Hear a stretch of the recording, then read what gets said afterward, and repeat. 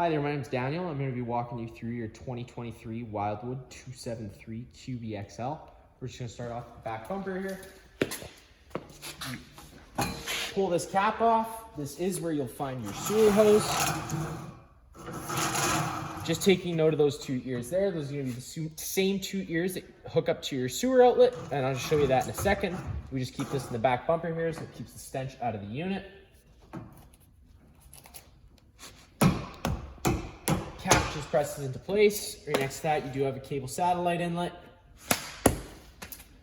In this corner, as well as all four corners of the unit, you do have stabilizer jacks. What those do is you're just going to run them to the ground. Once they're in the ground, you're going to give them another quarter-eighth turn just to firm them up. It's just going to take any bounce or sway you see we have in the unit right now. Just keep it in mind before you do run them to the ground, you just do have to unhook this little safety latch. That's just there so that if the jack system were to fail for whatever reason, they don't drag on the highway while you're driving. Right next to that, you do have your power cord. This is just a standard 30 amp plug-in. Plugs in. This little notch here lines up with that notch on this side. Line those two up, push it into place, give it that little eighth turn to lock it in. And then you do have this little threaded collar to really lock it down. Follow that cord back. It's just your standard plug-in. Most campsites should have this and you'll be able to plug right on in. But let's say you're at home and you want to run your fridge, or you get to your campsite and they only have 15 amp service. We do include a 15 amp park adapter. Just keep it in mind you're going down to 15 amps of power, so you won't be able to run something like your air conditioner. And whenever you do plug this cord in, just keep it in mind that that red light the blue light's indicating that you have a good power source. If the red light were to be on, that's just telling you that you don't have a good power source, and that would be something I'd be looking into. And then right down from there is your sewer outlet. So you just take this end, give it a twist, and it'll pop off. Just keeping note of these ears here, the same ears that I showed you on your sewer hose, they line up with these. Just line those up, give it a turn, locks into place. You do have a gray valve and a black valve. The black valve is going to be your dirtiest water filled from your toilets, so you're going to want to empty that first, and then you can go behind that and empty your gray tank, which is going to be filled from your sinks and showers. Just try to keep that hose that little bit cleaner. A little further ahead, the front of the unit, we do have this compartment where we do include this is the tool that you use to run your jacks to the ground. You just take that, line that up with that bolt, and you'll be able to turn it up or down as you need. And this one here is just your front tongue jack override. You're just gonna remove that little black rubber cap I'm gonna show you in a second off the top. Stick this in there, you can give it a turn, and you'll be able to run it up or down in an emergency situation. We do include 25-foot water hose, and inside that is just that little 15 amp park adapter I told you about.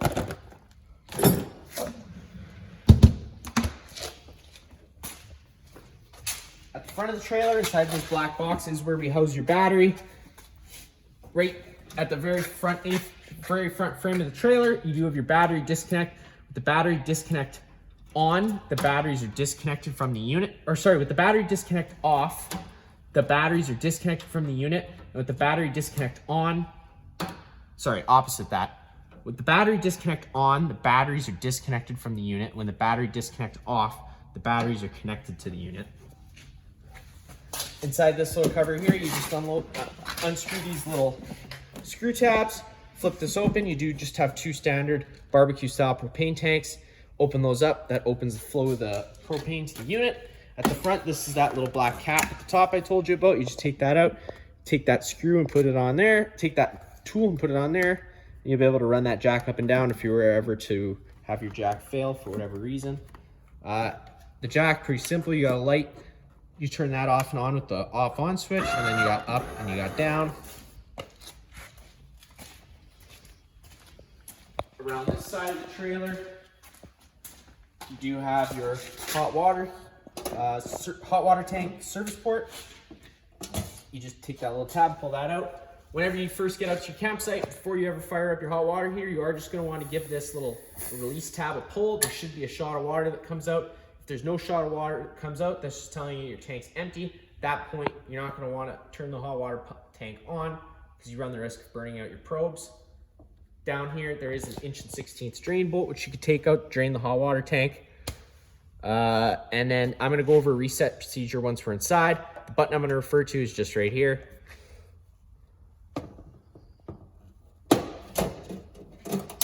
Right next to that is your fresh water tank fill. It's going to fill your fresh water tank, which your water pump draws off of.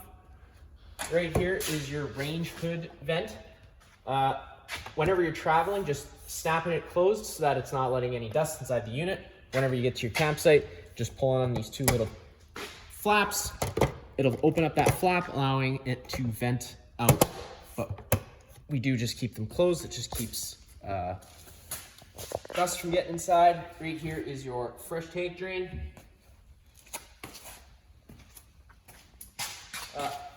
Right here, let's say you're leaving the unit for a while. You don't want the water inside the lines going stale or stagnant. You do have these low point drains. You just give that a turn. It's going to drain all the water that you have inside the lines currently and just empty it out.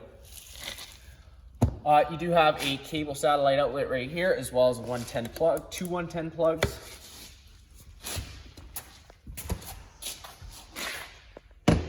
Inside this compartment, you get this nice little garden style sprayer.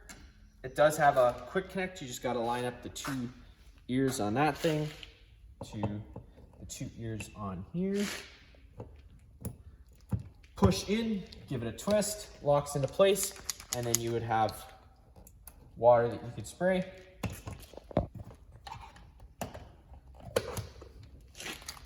Right underneath that, you do just have a little griddle. That works pretty simple as well. You're going to take this end here, pull that collar back, pop it onto the quick connect coupler on the other side. The back of it, pull that collar back, give it a push, and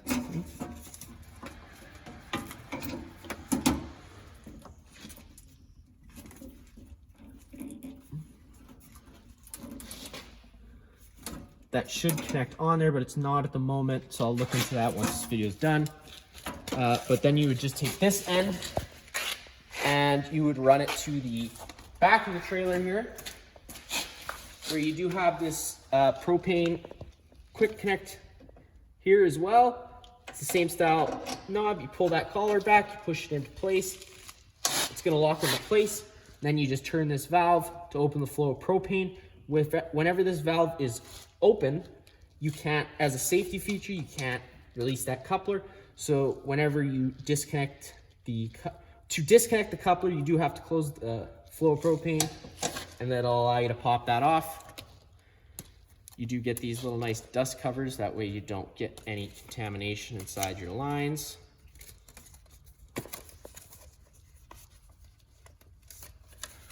You just put that back in here.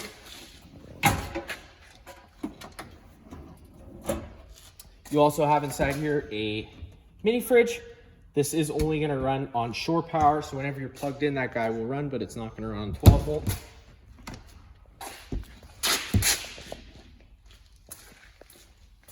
At the back of the trailer, you have your spare tire. You are pre-wired for an observation camera as well as a ladder to get up to your roof to check your seals. And then this is where you're going to find your city water connection. So if you get to a site with service, you can just plug a garden hose up into here, and there's no need to run your water pump. That'll pressurize your lines. And then you do have a black tank flush. So the way that works is whenever your black tank's open and connected, you can hook the garden hose up to here. Let's say, for example, you emptied your tanks, but your monitor panel's still showing a full or a third or 2/3 full. It's usually just debris hanging between the probes. So you can just hook a garden hose up to here, give it a quick flush. It's also going to help with stench inside the tank. To get inside the unit here, you will just take this assist handle, push it up, hold it 90 degrees. It's going to lock into place. Grab the door handle, pull it open. You do have these stairs here. Just keep note of these little silver tabs here. You can adjust your feet as you need for your campsite. Open them, you just pull that safety latch. They're going to fold down. Take a step on inside. Just notice you do have a fire extinguisher right on your left here. That's going to be simple, just like home. Pull the pin and shoot. This little dimmer switch here is how you turn the lights on in the main living space. If you hit that button once, it's going to turn all the lights on. If you push it and hold it, it's going to dim the lights and it's going to go bright to dark. So whenever you find your setting, you just let off that button and that's where it'll stay. On the left, you do have a awning switch light, and on the right, it does turn on an accent light above the slide out. To operate that slide out, you just push up, or sorry, you push down on the slide out button. That slide out's going to start making its way out.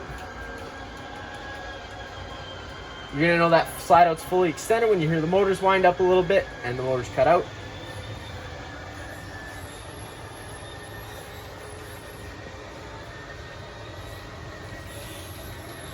Always making sure that both sides of the slide out are clear and there's nothing blocking it.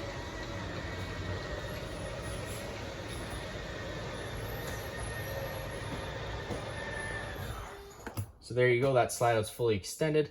Right next to that, you do have your awning button. If you push and hold that out, the slide out's gonna start making its way out. You're gonna know that slide out's fully extended when you see the back of the metal tube and the little flap hang down. Now let's say it starts raining. You can take either lower arm, front or rear, just pull it down. It's gonna change the pitch of the awning head. You can change the pitch at both ends, which is gonna lower the awning, allowing for more shade. Whenever you bring it in, just making sure it rolls the right way in. That way you're not trapping any moisture or water inside. Whenever you do notice that the wind picks up, always try to bring in your awning, as the wind does destroy awnings if you don't bring them in time. Your monitor panel side of things, you got your battery, so it's going to go low, fair, good, and charging. We're currently C for charging because we're plugged in. And then you got your fresh, your black, and your gray, so that's going to go empty 1/3, 2/3, and full. You have your water pump switch, so you turn that on. It's going to turn on your water pump, which draws from your fresh water tank.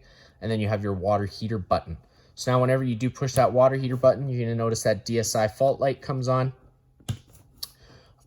Whenever you turn the switch on, the water heater is going to try and light itself 3 times. If on the 3rd try it doesn't light itself, this DSI fault light will stay on. At that point, you do have to turn this switch off, hit that reset button I showed you earlier, and then try and turn it back on. If it doesn't fire up the 2nd time, maybe try giving us a call. We might be able to help you out. Right up at the top here, you do have your solar, what they call a solar controller.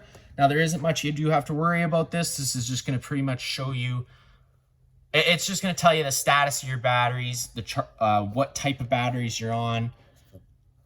It's going to tell you what voltage you're charging, what voltage your battery's at. There's no actual control to do with that.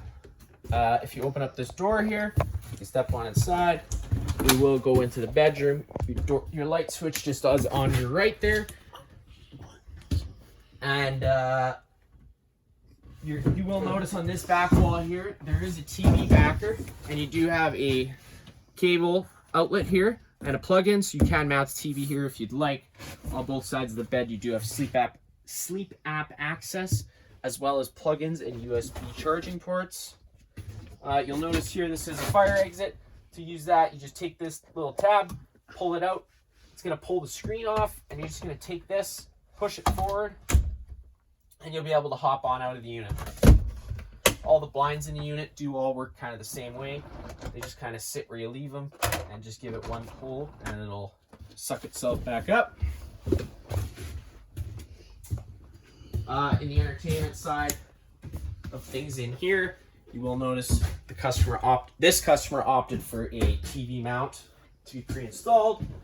And just on this bottom shelf here, this is where you're going to plug in your TV as well as your cable satellite inlets. You are pre-wired for King Connect Wi-Fi. You're going to take note of that little black button there. Whenever that green light's on, that's just turning your antenna on the roof. I usually just keep this on all the time because it does also improve radio frequency. That being said, your radio, pretty much the same thing as home, minus the fact you got zone 1 and zone 2. Zone 2 is going to be your exterior speakers. Zone 1 is going to be your interior speakers. And then you just have your fireplace. You got your power button on the far right. You got your flame color options right next to that. And then you got your rock color options below that. right next to that, and then you do have your heat options, so you go from low to high, wherever you feel you want it. And then you do have a timer, so you can go anywhere from 30 minutes to 9 hours. Storage on both sides of that. Inside the couch area, as well as above the couch, you do have a light that is on its own center push buttons. And I will note that all the lights inside the unit are on their own center push buttons. So if you don't want all the lights on in the living space, you can turn them off individually just with the button. It's not going to hurt them. And then you have your couch seating area, which can turn into a bed if you'd like. You just grab the foot of the bed, the foot of the couch, give it a little assist pull, and it will fold out. And if you want it to go back in, you just have to grab the bottom of the couch and the top, and it'll start making its way back in. You do have a storage underneath with some nice totes that they do include. And then they do call this a Versa Lounge, so there is multiple ways to do it. You could run it the way it is right now with a little bit of an extended couch space, or you can just move that cushion. Just grab this cushion here and pull up. You're going to notice you do have two stakes. There's going to be a stake here and a stake there, as well as a stake on the same stakes on the other side. Just run those in place. And now you do have you are back to just a regular dinette if you would like. I will say that the dinette also goes into a bed if you would like it to. You just got to take the legs off the bottom of the table. They'll pull out of their bases, and the table sits on these nice ledges they have, and then you just take your back cushions, fill in the center, and you could have another bed. Inside the main kitchen area, you have a sink with hot and cold water. I will mention that inside this cupboard, there's this little false panel. Just take that center screw out. That's going to give you access to the back of your hot water heater for your bypass valves if you're winterizing it yourself. And then just these two screws here for this little panel. Pull that off, and that'll be access to your water pump. Inside the kitchen area, you just do have a microwave. That's going to be just like home. And then you have your stove and your oven.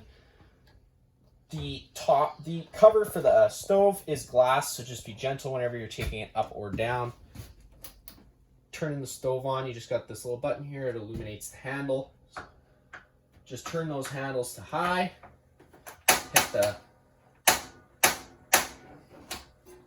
Hit the sparker.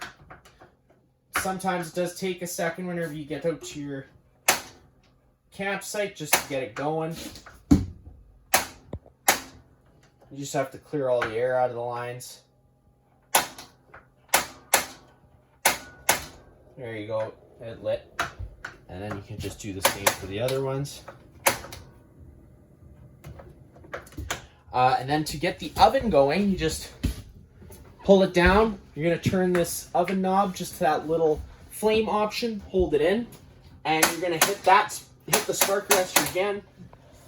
The oven can be difficult to light, and it could take a second just to clear the propane out of the line, or the air out of the line, get the propane through. So just be patient with it. Just keep trying it every few seconds, and it will eventually light.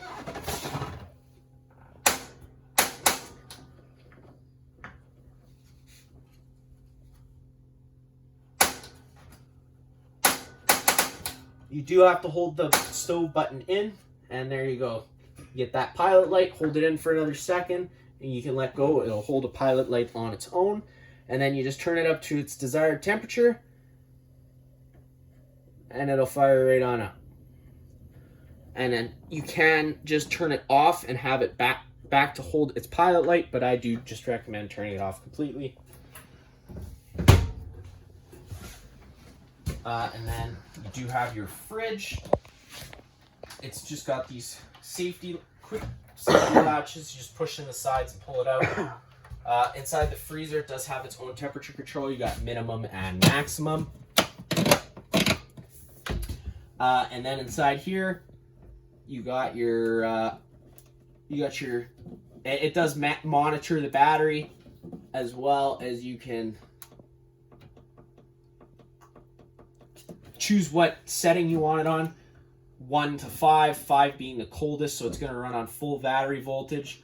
And then you got 4, 3, and 2, and it'll just vary the battery voltage. So if you were off boondocking, you could keep it on a lower setting. You're going to use less battery. Take note of this LP detector. Propane's heavier than air. It's going to sit on the ground. That guy's going to detect it. The stove and the furnace both do run off propane inside this unit. If that guy starts going off, just close the main supply propane at the front of the unit, open up all the windows and air it out. Up from there, you do have your thermostat. Hit that button once, it's just going to illuminate itself. Hit it again, you're going to go into fan low. So at this point, it's just going to be moving air throughout the unit using the air conditioner. There's going to be no heating or cooling involved. Hit that button again, you're going to go into fan high. It's the same thing, just the high fan. Now you get to cool high. Now you're going to be actually cooling the air as it comes through. Then you get to cool low, same thing but with the low fan. And then you go into cool low auto. Auto is just going to turn it into an on-demand system, so the air conditioner will kick in and out as needed, depending on your temperature setting. And then you get into heat, and that's just going to turn the furnace on. The furnace does move all its air through the portals that you see around the unit, the little black portals in the floor, and in the cabinetry, that is where heat is going to come out. Air conditioner is going to move all its air through this main orifice here. With these louvers open, it's going to dump all its air into the living space. I do recommend using that when you first get out to your campsite, cool the main living space, and then if you close these louvers, it's going to move its air through all the ceiling ducting to try and get it to all the rooms. After that, you open up this door, you do get into the side of the bathroom. Light switches on your left. You do have a fan above your head, and then sink with hot and cold water, as well as a shower. And this is where you're going to find your main GFI plug. You got test on the bottom, reset on the top. If you ever have an outlet that doesn't work, that would be the first thing I would check, just to make sure it hasn't tripped. Inside here, just some nice storage space inside the pantry.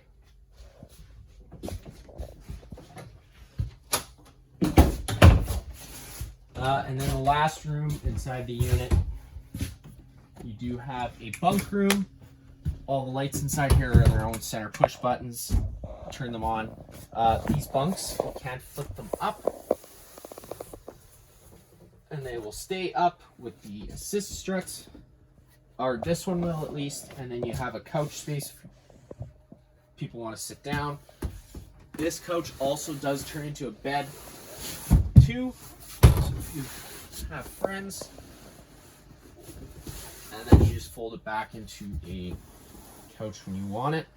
And then just on the other side of the door, you have this nice little space where you have a cable satellite outlet. You put TV because you do have a plug-in. And then right down here is just your main breaker panel. You push that, that'll pop open. You have your fuses on your right. Whenever a fuse pops, there'll be a red indicator light telling you which fuse is popped, and you can just swap it out with a fresh one. Whenever a breaker pops, it's going to sit in the middle, so you just have to turn it off and then back on to reset it. That is going to be it for this unit here. If you have any other questions, feel free to give us a call.